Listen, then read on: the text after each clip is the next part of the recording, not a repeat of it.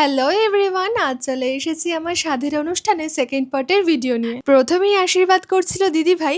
হ্যাঁ, এখানে একটা কথা ক্লিয়ার করে বলে রাখি, তবেই তোমাদের বুঝতে সুবিধা হবে।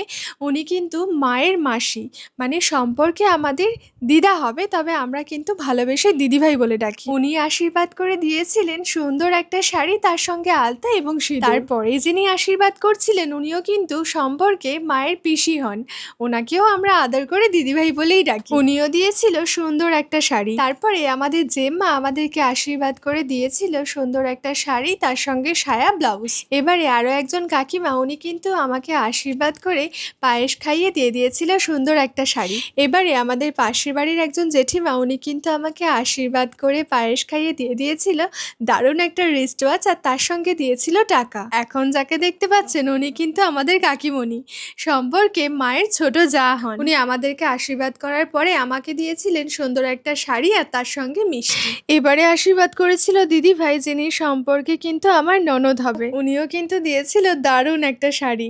তারপরেই ছিল পিসিমণি, উনিও আশীর্বাদ করে আমাকে সুন্দর একটা শাড়ি দিয়েছে।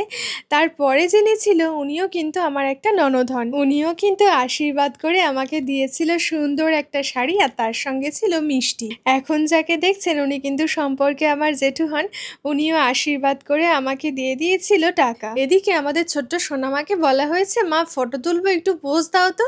ঠিক সেই সময় তার হাই উঠেছে, ভাবুন তো একবার। এখন যাকে দেখছেন সম্পর্কে উনি কিন্তু আমার মাসিমণি হন। আসতে অনেকটাই দেরি হয়ে গেছে, তবে লেট হলেও যে আসতে পেরেছে এতেই আমি ভীষণ খুশি। নেক্সট ব্লগে আমার স্বাদের মেনুতে কি কি আয়োজন ছিল সবটাই কিন্তু ডিটেলসে আমি তোমাদের সাথে শেয়ার করব।